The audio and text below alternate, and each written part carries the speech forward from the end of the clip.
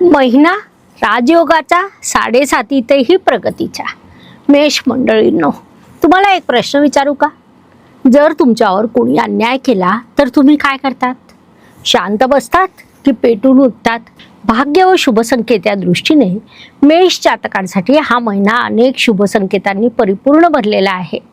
त्यामध्ये प्रामुख्याने सांगायचं झाल्यास तुमचे राशी स्वामी मंगळ देव स्वतः राशीत आलेले आहेत. महत्वाची बाब म्हणजे ते पंचमहापुरुष योगापैकी एक असलेला रुचक राजयोग निर्माण करीत आहे, ज्याला आपण अत्यंत मोठा शुभ संकेत म्हणू शकतो. राशी स्वामीची दृष्टी चतुर्थ स्थान, सप्तम स्थान, अष्टम स्थानावर आहे. त्यामुळे पत्रिका 30 ते 35% बलवान झाली आहे.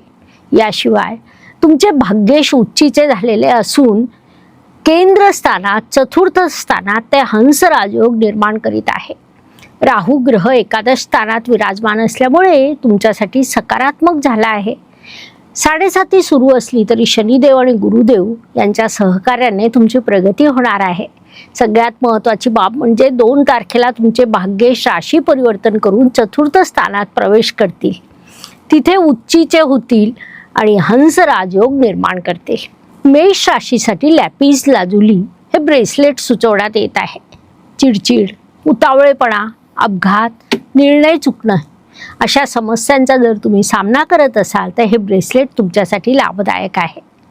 हे ब्रेसलेट तुम्हाला ऑनलाईन खरेदी करायचे असल्यास लिंक डिस्क्रिप्शन बॉक्समध्ये दिलेली आहे.